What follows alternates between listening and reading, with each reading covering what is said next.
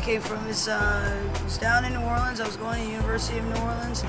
I just kept getting more and more student loans, and I was working as a waitress, and I realized at that point that what I was going to school for and the money that I was making being a waitress really wasn't panning itself out in any way, so I decided to go into construction. I got started down there up until Hurricane Katrina hit New Orleans, and at which time they told me I couldn't go home, so I took advantage of it, came out to California, and got started as a union ironworker apprentice. You start a 4-year apprenticeship. You have to do like 144 hours of class and 700 work hours every semester. You go through the 4 years, you take your classes, and you work. And if you're successful in maintaining all your hours and fulfilling all the requirements, which are getting your welding certs on time and everything, getting CPR certified and whatnot, once you fulfill all that, you take your Journeyman test, which is a 200 comprehensive kind of test, 200 question test, and I'm a Journeyman. The certificate that I got is going to ensure that, I have a job. I don't have to go out and look for a job. I don't have to necessarily, you know what I mean?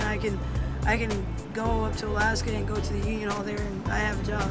When you're going through an apprenticeship, you're learning an actual skill, something you can go out and use and not just think you're going to use it. I know that I'm going to use it everywhere I go, so.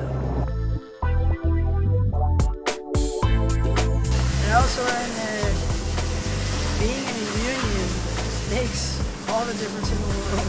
Just made sure that I was going to get taught how to do things safely, how to do them the right way, and I was going to get treated fairly.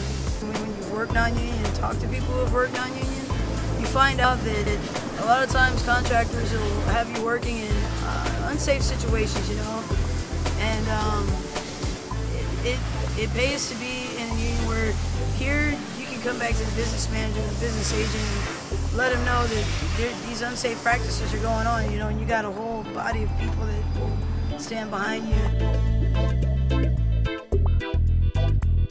Being a woman, it definitely is a benefit to being in the union, because I personally don't believe I'd have gotten fair treatment working non-union. I barely did in New Orleans, and I don't believe that women really get a fair shake working non-union work, especially not in the ironworking trade.